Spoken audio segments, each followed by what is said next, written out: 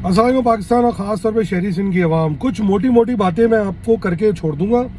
फिर आपको उस पर शोर मचाना है मचाएं, नहीं मचाना है नहीं मचाएं, बैठे रहें, शौक पूरा करें अपना। मगर मेरा काम है आपको बताते रहना, चिंगारी जलाते रहना इस बात की कि आप अपने शायद हकूक़ के लिए बोलना शुरू कर दें। बजट पास हो गया है, डेवलपमेंट बजट अनाउंस हुआ है सिंध का 450 अरब के करीब। कोई मुझे बताएगा चेक करके कि क्या K4 प्रोजेक्ट के लिए जिसके लिए 200 अरब रुपए की ज़रूरत है, क्या उसके लिए 10 अरब रुपए भी रखे गए हैं? और आप जो मतलब कुछ भी रखा गया है, चाहे वफाकी हुकूमत की तरफ से या सूबाई हुकूमत की तरफ से। अच्छा, सूबाई हुकूमत से तो उम्मीद कोई नहीं कि आपके साथ गवर्नमेंट में पार्टनर नहीं है, मगर फेडरल गवर्नमेंट को तो आप वोट डाल रहे हैं ना, तो उनसे पूछे ना कि भाई क्या आपने हमारे K4 के प्रोजेक्ट के लिए, कराची का शहर पानी की वजह से प्यासा मर जाता है, उसके लिए आपने किसी ख़ास किस्म के पैकेज को मुख्तस किया है कि नहीं किया है? दूसरा सवाल, क्या आपने KCR के लिए कोई पैसा मुख्तस किया है? अब आप कहेंगे पाकिस्तान के पास तो पैसा ही नहीं है, कराची वाले सेल्फिश हो रहे हैं, 200 अरब चाहिए K4 के लिए, पता नहीं कितने अरब चाहिए KCR के लिए, तो ये पैसा कैसे लेके आएंगे? मैं बताता हूँ पैसा कैसे लेके आएंगे।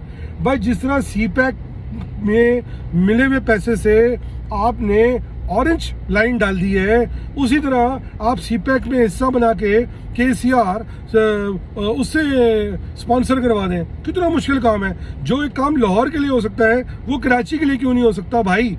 अच्छा, कोई कराची की रोडों के लिए, कोई कराची के इंफ्रास्ट्रक्चर के लिए कुछ मख्तस की गई है तो बताएं।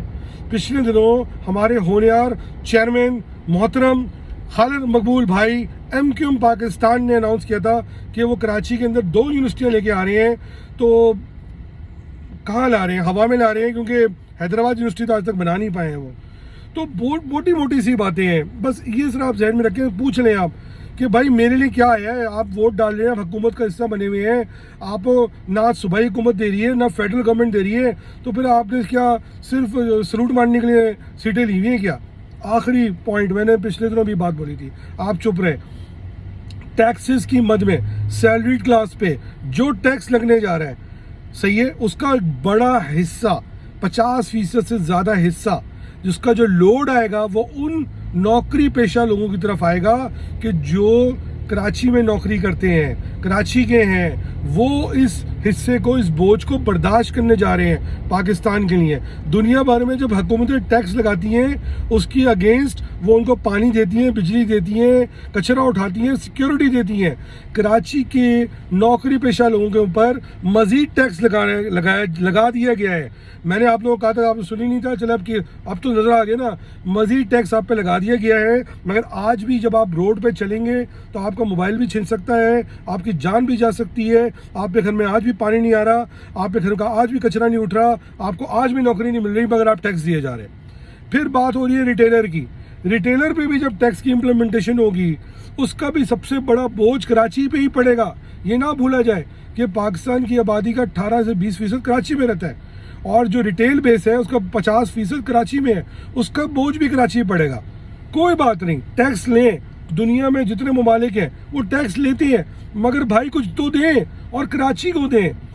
प्रोविंशियल फाइनेंशियल कमीशन का अवार्ड पीपल्स पार्टी जा के अपना RR जो है पंजाब में तो कर रही है मुस्लिम लीग के साथ, हमें ये नहीं मिल रहा, हमें वो नहीं मिल रहा। भाई पीपल्स पार्टी खुद क्या कर रही है कराची के अंदर? क्या वो कराची के अंदर कराची की रिप्रेजेंटेशन को, कराची के लोगों को, चाहे वो MQM हो, चाहे वो PTI हो, चाहे वो जमात इस्लामी हो, छोड़े अपने लोगों को, अपने मेयर को भी वो पैसे दे रहे हैं? नहीं दे रहे। आपके साथ एक सौतेला जैसा सलूक हो रहा है।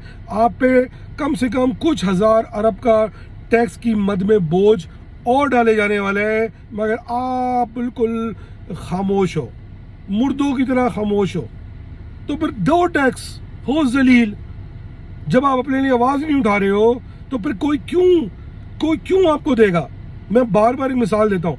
अरब के अंदर एक मिसाल है, बच्चा रोता नहीं है, माँ दूध नहीं पिलाती है, चीखें नहीं मार रहे हो, फिर आप कहोगे जी हम चीखें मारते हैं, हमारी सुनता कोई नहीं है। ऑर्गेनाइज तरीके से चीखें मारें, फिर आप कहेंगे जी आप पाकिस्तान आ जाएं। मैं आ जाऊँ पाकिस्तान, मगर आपकी तो गैरत जागे ना, फिर आके पाकिस्तान में कुछ करे आदमी।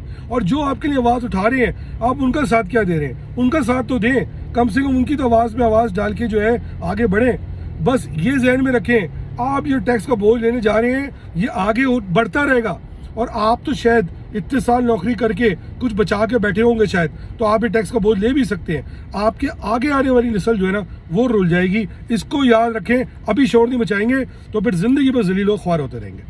पाकिस्तान जिंदाबाद।